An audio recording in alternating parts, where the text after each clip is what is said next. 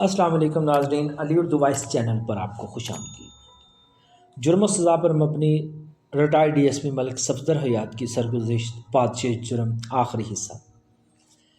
میں نے پر خیال لہجے میں کہا، اب تو بہن کا معاملہ بیچ سے نکل گیا ہے۔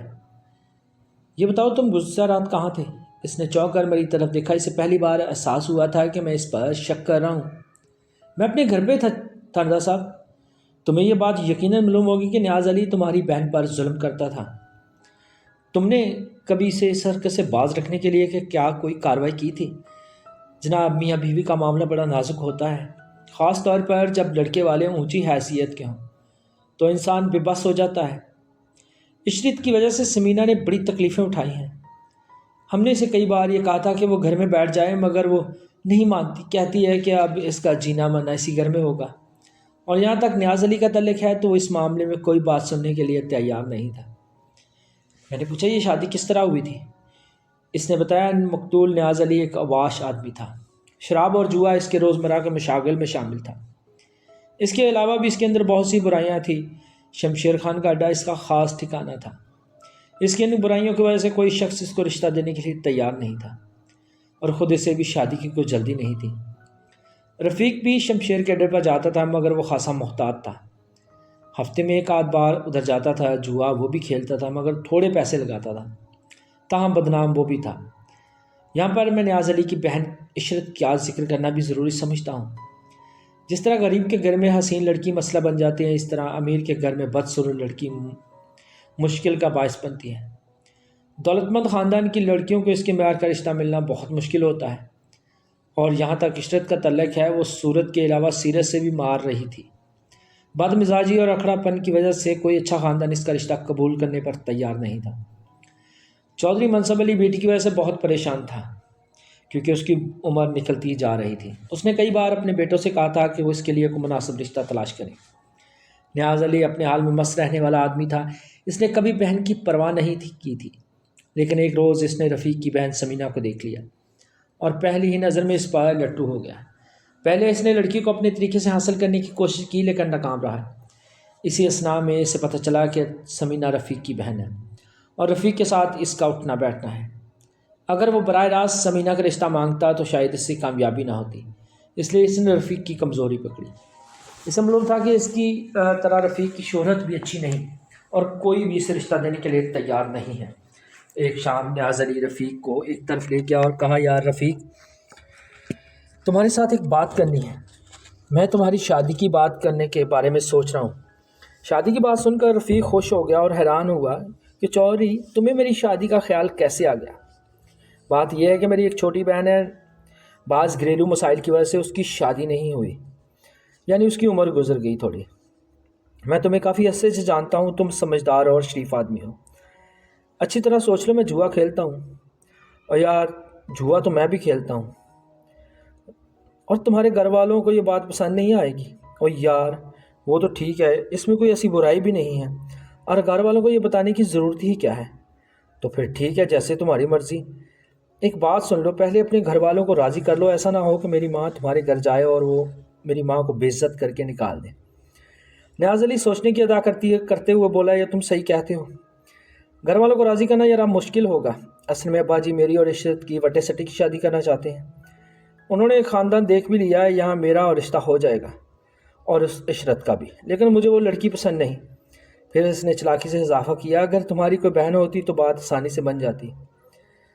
رفیق نے قدر تامل کرتے ہوئے کہا، بہن تو ہے، مگر اس کی عمر بہت کم ہے، شادی کے قابل تو ہے نا؟ ہاں ہاں، شادی کے قابل ہے، عمر کی فکر نہیں کرو، ہم کوئی معمولی لوگ نہیں ہیں، وہ ہمارے گھر میں عیش کرے گی عیش۔ بہن تو میری بھی زیادہ عمر کی نہیں، کم سے کم تم سے 10 سال چھوٹی ہوگی۔ اچھا، میں گھر میں بات کروں گا۔ صرف بات کرنے سے کچھ نہیں ہوگا، میں اپنی بات منوانا پڑے گی، ذرا زور لگانا ہوگا۔ یہ بات چیت 2-3 ہفتے چلتی رہی، اور بالآخر دونوں نے اپنے والدین کو وٹے سٹی کی شادی پر راضی کر لیا۔ نیاز علی نے وعدہ کیا تھا کہ وہ سمینہ کے نام جائیداد لگا دے گا اور اسے ہر طرح سے خوش رکھے گا، لیکن اس کا وعدہ چند ماہ تک نہ نبھا سکا۔ رفیق کی بات ختم ہوئی تو میں نے پوچھا، کیا نیاز علی شادی کے بعد بھی جوا کھیلتا تھا؟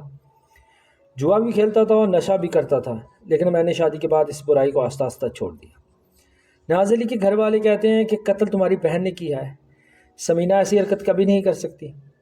وہ اپنے خامد کو بہت اونچا درجہ دیتی تھی، حالانکہ نیاز علی اس پر بہت ظلم کرتا تھا، لیکن وہ اس کے خلاف ایک لفظ بھی سننا پسند نہیں کرتی تھی۔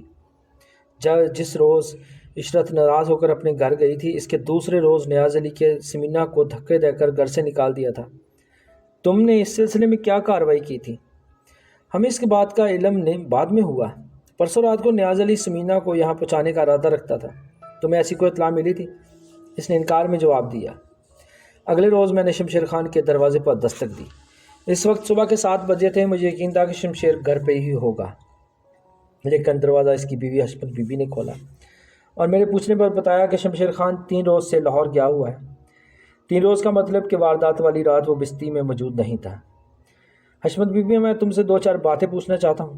دروازے پر کھڑے کھڑے پوچھ لوں یا اندر بٹھاؤ گی؟ تھاندار صاحب، میں اتنی بھی بے مراوت نہیں، 1 منٹ ٹھہرے۔ اور اس کے ساتھ ہی اس نے بیٹھک کا دروازہ کھول دیا اور مجھے بٹھا دیا۔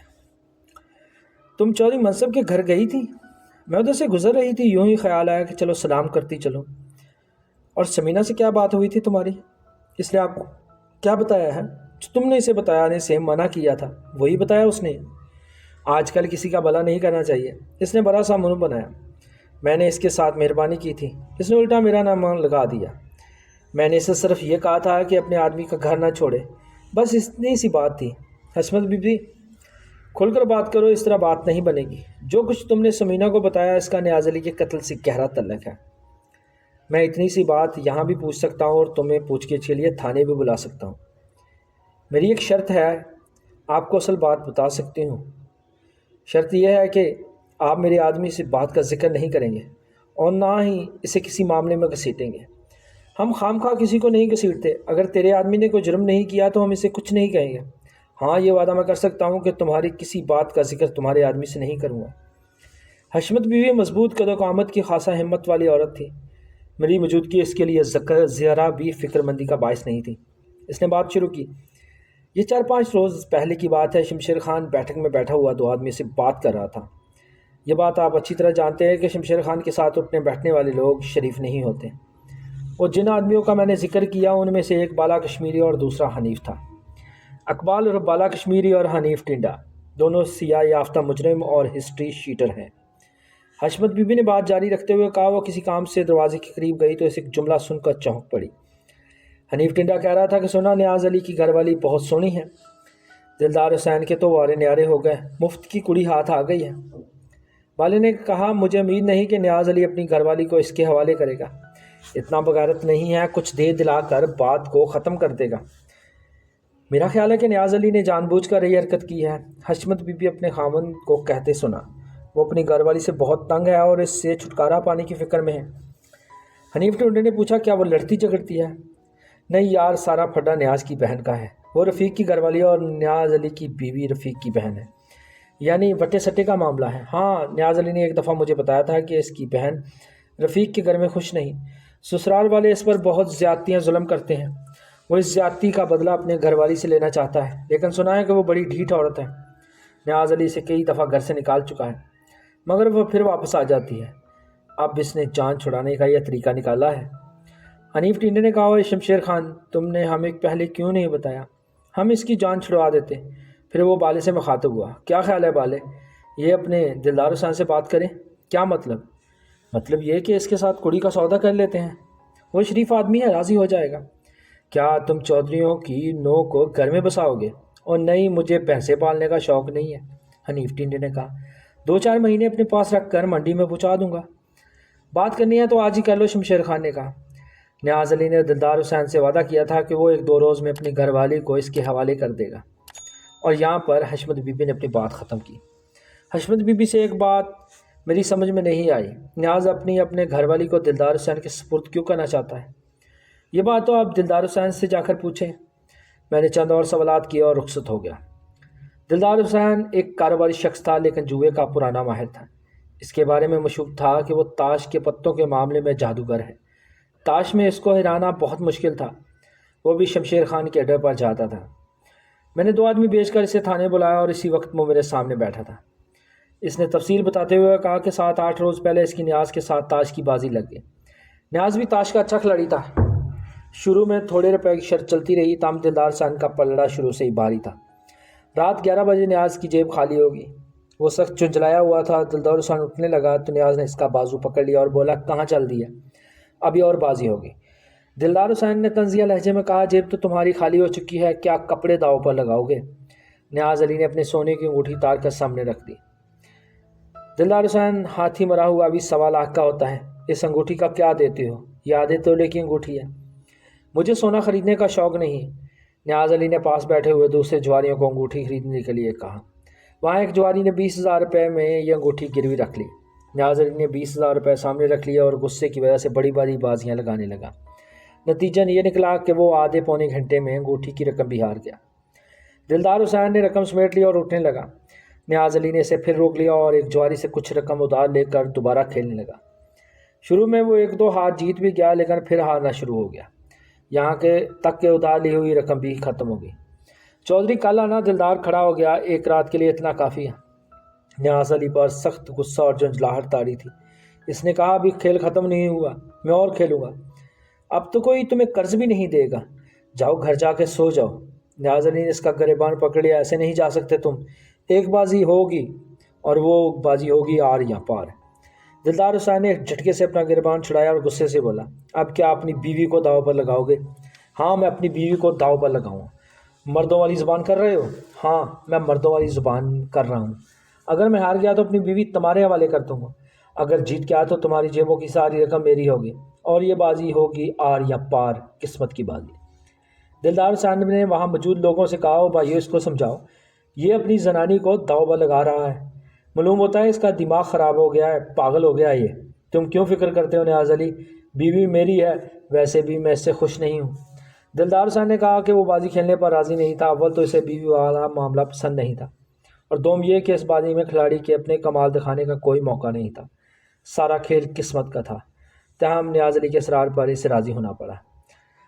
پھر ایک نئی گڈی منگوائی گئی اور اسے اچھی طرح پھینٹا گیا۔ پھر ایک شخص نے دونوں کے سامنے 3-3 پتے رکھ دیے۔ دلدار حسین نے اپنے پتوں کے کنارے اٹھا کر دیکھا تو اس کا دل بیٹھ گیا۔ اس کے حصے میں 2 تکیاں اور 1 ستا آیا تھا، لیکن نیاز کے حصے میں 1 دگی، 1 تکی اور 1 بیگم آئی تھی۔ اس کے ساتھ ہی وہ اپنی بیوی بھی ہار گیا، لیکن اسے کوئی افسوس نہیں ہوا۔ اس نے دلدار حسین سے کہا کہ وہ 2-3 روز کے اندر اپنی بیوی اس کے حوالے کر دے گا۔ دلدار حسین نے اپنی جیبوں سے تمام رقم نکالی اور سب کے سامنے اس کی گنتی کی۔ اس کے پاس کل 55,000 روپے تھے۔ دلدار حسین نے رواداری کا ثبوت دیتے ہوئے کہا، نیاز علی، میں تمہیں 1 ہفتے کی مہلت دے سکتا ہوں، 1 ہفتے کے اندر مجھے 55,000 روپے دے دو اور اپنی بیوی اپنے پاس رکھو۔ رقم کو تم بھول جاؤ، نیاز علی نے کہا، جس چیز کی بازی لگی تھی وہی ملے گی۔ دلدار حسین نے بتایا کہ 2 روز بعد بالا کشمیری اور حنیف ٹنڈا اس کے پاس آئے اور اسے علیحدگی میں لے گیا۔ دلدار، ہم تمہارے ساتھ ایک سودا کرنے کے لیے آیا ہوں، تمہارے فائدے کا سودا ہے۔ کس چیز کا سودا کرنے آئے ہو؟ سنا ہے تم نے چوری نیاز کی بیوی جوئے میں جیت لی ہے، وہ اپنی بیوی کب تمہارے حوالے کرے گا؟ اس نے 2-3 روز کا وعدہ کیا ہے۔ حنیف ٹنڈے نے پوچھا، اس آفت کو سنبھال لو گے؟ میں تمہیں مرد دکھائی نہیں دیتا؟ دلدار حسین نے غصے سے کہا، اور تم لوگ کیا چاہتے ہو؟ سنا ہے بازی 55,000 کی تھی، ہم تمہیں 60,000 روپے دینے کے لیے تیار ہیں، اور ہمارے حوالے کر دو۔ دلدار حسین نے کچھ دیر تک ٹنڈے کی تجویز پر غور کیا، پھر بولا، عورت نیاز علی کی ہے، اگر وہ راضی ہو تو مجھے کوئی اعتراض نہیں۔ میں نے 55,000 کی بازی کھیلی تھی، میرے لیے 55,000 ہی بہت ہے۔ ٹھیک ہے، ہم تمہاری رقم دینے کے لیے تیار ہیں، نیاز علی سے ہماری بات کروا دو۔ دلدار حسین نے اپنا آدمی بھیج کر نیاز علی کو اپنے گھر بلا لیا اور بالے کشمیری اور حنیف ٹنڈے کے سامنے پوچھا کہ وہ اپنی بیوی کب حوالے کر رہا ہے۔ نیاز علی ان دونوں بدماشوں کو دیکھ کر قدرے پریشان ہو گیا، پھر بھی قدرے ہمت کر کے بولا، ان لوگوں کی موجودگی کا یہاں کیا مطلب؟ استاد، گرمی کس بات کی کھا رہے ہو؟ حنیف ٹنڈے نے کہا، ہمیں اپنا یار بیلی سمجھو۔ بالے نے کہا، ہم نے تمہیں دلدار حسین سے ایک سودا کیا ہے، ہمیں پتہ چلا کہ عورت کی بازی اور 55,000 کی لگی تھی، ہم نے اپنے یار سے کہا کہ رقم ہم سے لے لے، عورت ہمارے حوالے کر دے۔ یار چودھری کو اس میں کیا اعتراض ہوگا، وہ تو بازی ہار چکا ہے۔ نیاز علی نے ہولے سے سر ہلایا اور بولا، بات تم صحیح کر رہے ہو، لیکن میں تم لوگوں سے کیوں بات کروں؟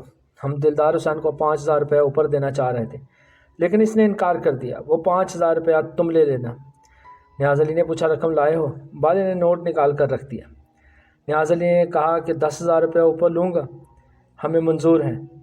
نیاز علی نے دلدار حسین سے کہا کہ میں تمہیں 50,000 روپیہ دوں گا، بولو کیا خیال ہے؟ یہ تو بے ایمانی ہوئی، دلدار حسین نے کہا۔ میں ان لوگوں سے خود بھی بات کر سکتا تھا۔ دلدار حسین، یہ سارا کام ہی بے ایمانی کا ہے، ایمانداری سے ایسے کام نہیں کیے جاتے۔ دلدار حسین 50,000 پر راضی ہو گئے، اسے یہ بھی مفت میں مل رہے تھے۔ وہ اس چکر سے الگ ہونا چاہتا تھا۔ نیاز علی کے مطالبے پر بالے نے 30,000 روپے نکال کر نیاز کے ہاتھ پر رکھ دیا اور کہا کہ باقی 30,000 روپے مال وصول ہونے پر ملیں گے۔ کل رات 9:30 بجے پرائمری اسکول کے برآمدے میں انتظار کرنا۔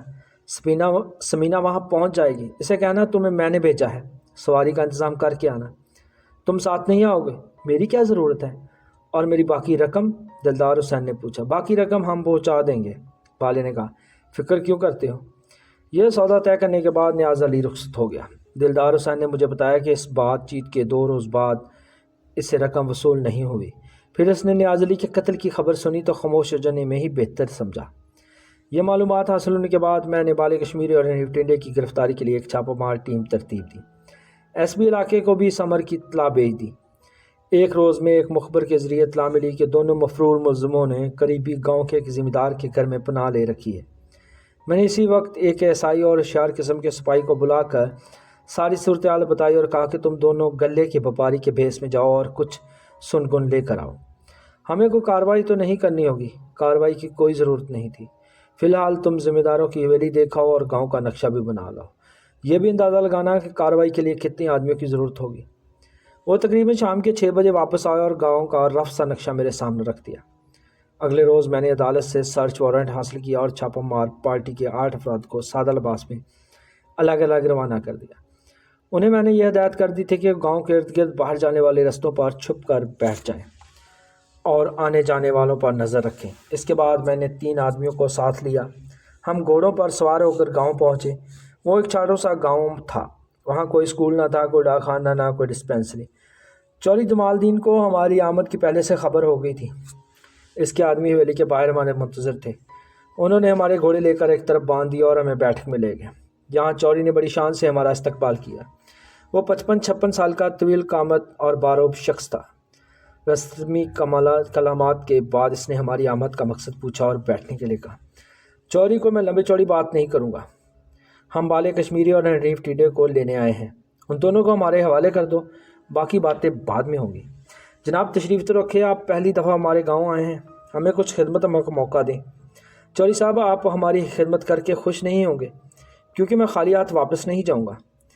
وہ سنجیدہ ہو گیا، بولا، جن ملزموں کا آپ نے نام لیا ان کا مجھے کوئی علم نہیں، میں ان لوگوں کو جانتا بھی نہیں، اس لیے میں آپ کی کوئی مدد نہیں کر سکتا۔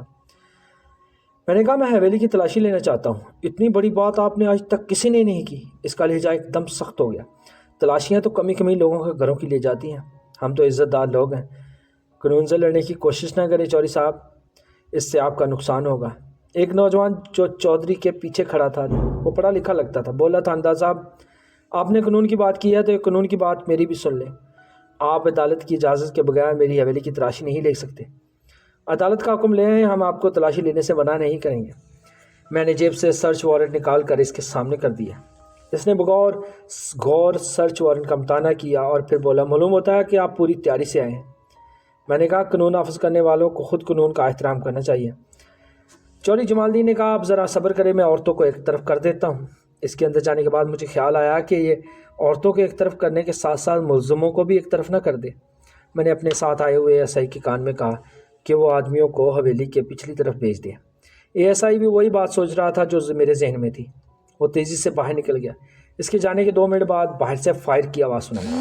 میں جلدی سے باہر دوڑا تو دیکھا کہ ایس آئی نے ریوالور ہاتھ میں پکڑ رکھا تھا اور ان 2 آدمیوں کے پیچھے بھاگ رہا تھا جو گلی میں دوڑتے چلے جا رہے تھے۔ وہی ہمارے مطلوبہ ملزم تھے۔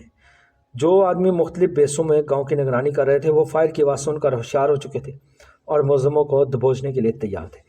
یہ بلی چوہے کا کھیل بہت جلد ختم ہو گیا اور ہم نے دونوں ملزموں کو گرفتار کر لیا۔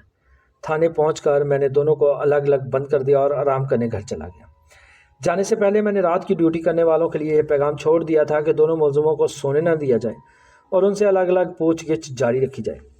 اگلی صبح میں نے حنیف ٹنڈے کو اپنے پاس بلایا۔ اس کی عمر 30-32 سال کے لگ بھگ تھی اور خاصا مضبوط جوان تھا۔ رات بھر جاگنے کی وجہ سے وہ سست دکھائی نہیں دیتا تھا۔ ہاں بھائی ٹنڈے، کہانی خود سناؤ گے یا ہمیں گلوانی پڑے گی؟ اس نے ڈٹائی سے جواب دیا، جناب آپ کے آدمی مجھے ساری رات کہانیاں سناتے رہے ہیں اور میں اپنی کہانی تو بالکل ہی بھول گیا ہوں۔ میرا خیال ہے ایک رات اور آرام کر لو، کل تمہارے ساتھ بات کریں گے۔ حضور رحم کریں، ساری رات الو کی طرح جاگتا رہوں، ایک رات اور جاگا تو میرا دماغ الٹ جائے گا۔ میں نے حوالدار کو بلا کر کہا، اسے قد لمبا کرنے والی مشین پر لگا دو اور بالِ کشمیر کو میرے پاس لے آؤ۔ حوالدار اسے دوسرے کمرے میں لے گیا اور اس کے ہاتھ چھت سے لٹکنے والے 2 کڑوں میں ڈال کر اتنا اونچا کر دیا کہ اس کے پاؤں کی انگلیاں بامشکل فرش پر پڑتی تھیں۔ اس عرصے میں وہ دہاڑے مارتا رہا مگر حوالدار نے کوئی توجہ نہ دی اور بالِ کشمیری کو میرے پاس لے آئے۔ وہ لمبے اور کالے رنگ کا خوش شکل نوجوان تھا۔ میں نے پوچھا، بالے رات کیسی گزری؟ سرکار مجھے تو آپ سے ایسے ہی پکڑ لائے ہیں، میں نے جرم سے توبہ کر لی ہے۔ نیاز علی کی گھر والی کا سودا کتنے پیسوں میں ہوا؟ میں کچھ نہیں جانتا جی، میں بالکل بے گناہ ہوں۔ دلدار حسین بھی ہمارا مہمان ہے، اس کو بلاؤں؟ وہ جھوٹ بکتا ہے جی۔ ابھی اس کی بات پوری نہیں ہوئی تھی کہ میں نے ایک زوردار تھپڑ اس کے منہ پر مارا اور پوچھا، کیا جھوٹ بولتا ہے وہ؟ تھپڑ سے اسے کوئی خاص اثر نہیں ہوا، بولا وہ ہم پر جھوٹا الزام لگاتا ہے، ہمیں تو کچھ پتہ ہی نہیں کون سا جھوٹا الزام۔ سرکار سودا اس نے خود کیا تھا اور نام ہمارا لگا دیا۔ کس چیز کا سودا؟ عورت کا سودا۔ تمہیں کیسے پتہ چلا کہ اس نے تم پر کسی عورت کے سودے کا الزام لگایا؟ سرکار آپ نے خود کہا ہے۔ میں نے اس کے پیٹ میں گھونسا رسید کیا۔ میں نے یہ کب کہا کہ تم پر دلدار حسین نے الزام لگایا کسی عورت کا؟ سوال جواب کا سلسلہ آدھے پونے گھنٹے تک جاری رہا مگر وہ راستے پر نہیں آیا۔ میں نے اسے ٹنڈے کی جگہ پر بھیج دیا اور ٹنڈے کو اپنے پاس بلایا۔ وہ بھی بڑا سخت جان نکلا۔ شام تک وقفے سے پوچھ گچھ کرتا رہا۔ اس عرصے میں دونوں کو وعدہ معاف گواہ بنانے کا لالچ بھی دیتا رہا۔ رات کے 10 بجے بالی بیان دینے پر تیار ہو گیا۔ اس نے میرے سوالات کے جواب میں اٹک اٹک کر جو کہانی سنائی وہ میں الفاظ میں آپ کے سامنے پیش کرتا ہوں۔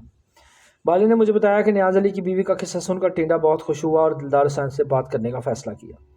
بالی نے کہا کہ اس نے ٹنڈے کو منع کیا اور کہا، یار ہمیں چودھریوں کی بہو کے معاملے میں نہیں پڑنا چاہیے، کوئی اور چکر نہ ہو جائے۔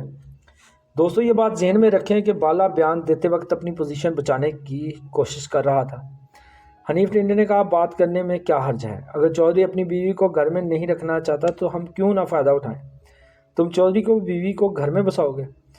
تو اس نے کہا، مجھے بھینسیں پالنے کا شوق نہیں، 2-4 مہینے کے بعد لڑکی کو منڈی میں پہنچا دیں گے۔ آپس میں صلاح مشورہ کرنے کے بعد دونوں دلدار حسین کے پاس پہنچے اور کہا کہ وہ چودھری کی بیوی کا سودا کرنے میں انٹرسٹڈ ہیں۔ دلدار حسین نے ان کی ساری بات سنی اور نیاز علی کو بلا لیا۔ دلدار حسین نے اپنے بیان میں کہا تھا کہ رقم بالے نے دی تھی۔ رقم جیب میں رکھنے کے بعد نیاز علی نے اسے کہا تھا کہ وہ اگلے روز 9:30 بجے اس کی بیوی کو پرائمری اسکول پہنچا دے گا۔ دونوں اگلے روز 9 بجے ہی پرائمری اسکول پہنچ کر انتظار کرنے لگے۔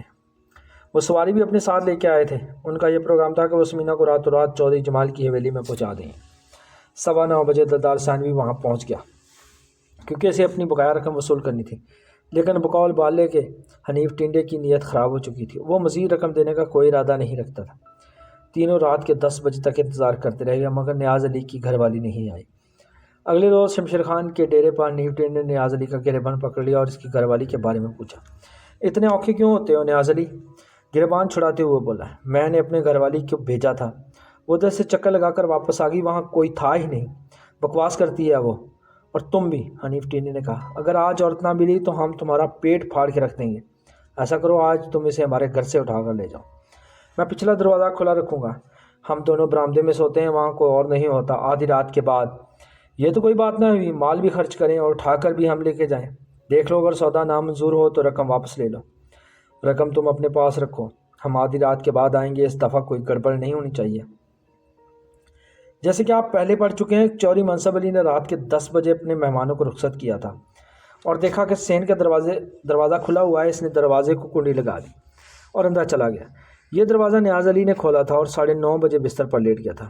جب سمینہ سانس کے پاؤں دبانے کے بعد برآمدے میں آئی تو نیاز علی سو چکا تھا۔ اس رات کئی باتیں ایسی ہوئیں جو بظاہر اتفاقاً معلوم ہوتی ہیں، لیکن در حقیقت اس میں دستے قدرت کام کرتا دکھائی دیتا ہے۔ چودھری منصب علی کے مہمان کا آنا اور چوری کے کھلے دروازے پر نظر پڑنا، سمینہ کا اپنی سانس کے پاؤں دبانا اور اسی وقت آنا جب نیاز علی سو چکا ہوتا۔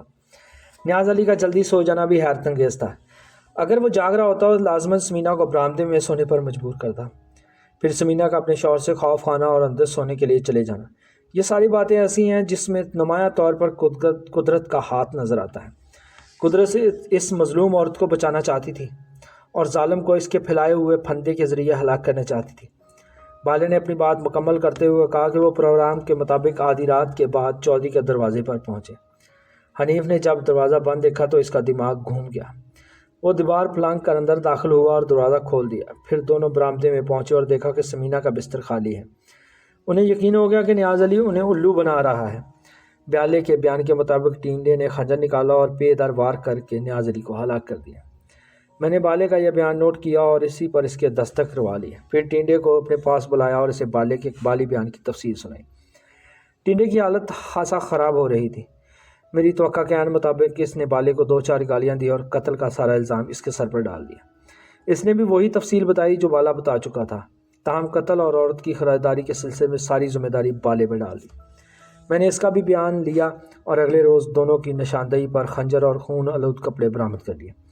کپڑے حنیف ٹینڈے کے تھے، جس سے اندازہ ہوتا تھا کہ نیاز علی کو اس نے قتل کیا ہے۔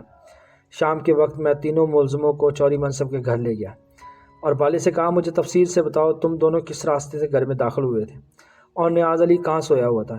یہ سوال میں نے چوری منصب اور دیگر اہل خانہ کے سامنے کیا تھا۔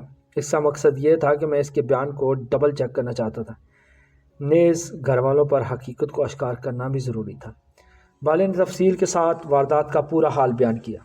یہ بھی بتایا کہ برآمدے میں کتنی چارپائیاں بچھی تھیں، ان کی کیا پوزیشن تھی اور چھوٹی چھوٹی باتیں بھی بتائیں۔ جب وہ سب کچھ بتا چکا تو چودھری اور اس کے خاندان کی حالت قابل دید تھی۔ میں نے چودھری سے کہا چودھری صاحب ان کو پہچانے، یہ ہیں آپ کے بیٹے کے قاتل۔ تھاندار صاحب ان کو یہاں سے لے جائیں اور پھانسی پر لٹکا دیں۔ مجھے ان کی شکلیں دیکھ کر وحشت ہو رہی ہیں۔ عورتیں ایک اندرونی دروازے میں کھڑی تھیں اور ان میں سمینہ کا چہرہ بھی نظر آ رہا تھا۔ اس کی آنکھیں آنسوؤں سے بھری ہوئی تھیں۔ میں نے کہا چودھری صاحب میرا کام صرف تفتیش کرنا ہے، سزا دینا عدالت کا کام ہے، لیکن میں آپ کو یہ ضرور بتاؤں گا کہ اس قتل کے پیچھے کہانی کیا ہے۔ میں نے اسے تفصیل سے ساری باتیں بتائیں، کس طرح نیاز علی اپنی بیوی کو جوئے میں ہارا تھا اور بعد میں اس کا سودا کرتے ہوئے 20,000 روپے کمائے تھے، اور پھر کس طرح اپنی بے گناہ بیوی کو ان کے حوالے کرنے کا وعدہ کیا تھا۔ یہ جھوٹ ہے، چودھرانی نے کہا۔ میرا بیٹا ایسی حرکت کبھی نہیں کر سکتا۔ میں نے کہا چودھرانی کوئی عورت اپنے بیٹے کے متعلق ایسی باتیں نہیں سن سکتی، لیکن دنیا میں ظلم کرنے والے بھی ماؤں کے بیٹے ہی ہوتے ہیں۔ یہ دلدار حسین جواری ہے۔ میں نے دلدار حسین کی طرف اشارہ کیا۔ نیاز علی نے اس کے ساتھ جوا کھیلا تھا۔ وہ اس کے پاس اپنی نقدی اور انگوٹھی حاصل کرنے یا ہارنے کے بعد بیوی کو بھی ہار آیا تھا۔ یہ بات شمشیر خان کے اڈے پر جانے والا ہر شخص جانتا ہے۔ چودھری نے کہا ایسی حرکت تو کوئی بغیرت ہی کر سکتا ہے۔ چودھری صاحب میں یہ بات نہیں کہنا چاہتا تھا، لیکن آپ نے یہ بات خود ہی کہہ دی۔ میں آپ کے گھر کی پوری کہانی سن چکا ہوں۔ اس ساری تباہی کا سبب وٹے سٹے کی شادی ہے۔ آپ کی بیٹی اپنے خاوند سے لڑ جھگڑ کر آتی تھی، آپ اس کی باتیں سن کر اپنی بہو پر ظلم کرتے تھے۔ آپ کا بیٹا سمینہ کو گھر میں نہیں رکھنا چاہتا تھا اور یہ بات آپ کو بھی اچھی طرح معلوم تھی۔ قتل سے چند روز پہلے اس نے سمینہ کو مار کر گھر سے نکال دیا تھا۔ اگر یہ آپ کی بیٹی کی طرح خودسر ہوتی تو ایک منٹ بھی یہاں نہ ٹکتی، لیکن یہ 2.5-3 گھنٹے آپ کے دروازے پر بیٹھی روتی رہی۔ پھر محلے والوں کے سمجھانے پر آپ اسے اندر لے گئے۔ اگر آپ لوگ اس کو اپنی بیٹی کی طرح سمجھتے تو کبھی ایسا ظلم نہ ہوتا۔ انسان کی قدرت کی گرفت سے ڈرنا چاہیے۔ ان سب نے خاموشی سے میری باتیں سنی۔ بولنے کی کچھ گنجائش تھی ہی نہیں، کیونکہ وہ اپنی زیادتیوں کا حال بخوبی جانتے ہیں۔ ناظرین یہ سٹوری آپ کو کیسی لگی؟ سٹوری اچھی لگی ہے تو چینل کو سبسکرائب کریں، بیل آئیکن کو پریس کرتا ہے کہ ہر نئی آنے والی ویڈیو کا نوٹیفیکیشن بر وقت آپ کو ملتا رہے، اور ملتے ہیں انشاءاللہ اگلی کہانی میں۔ اللہ حافظ۔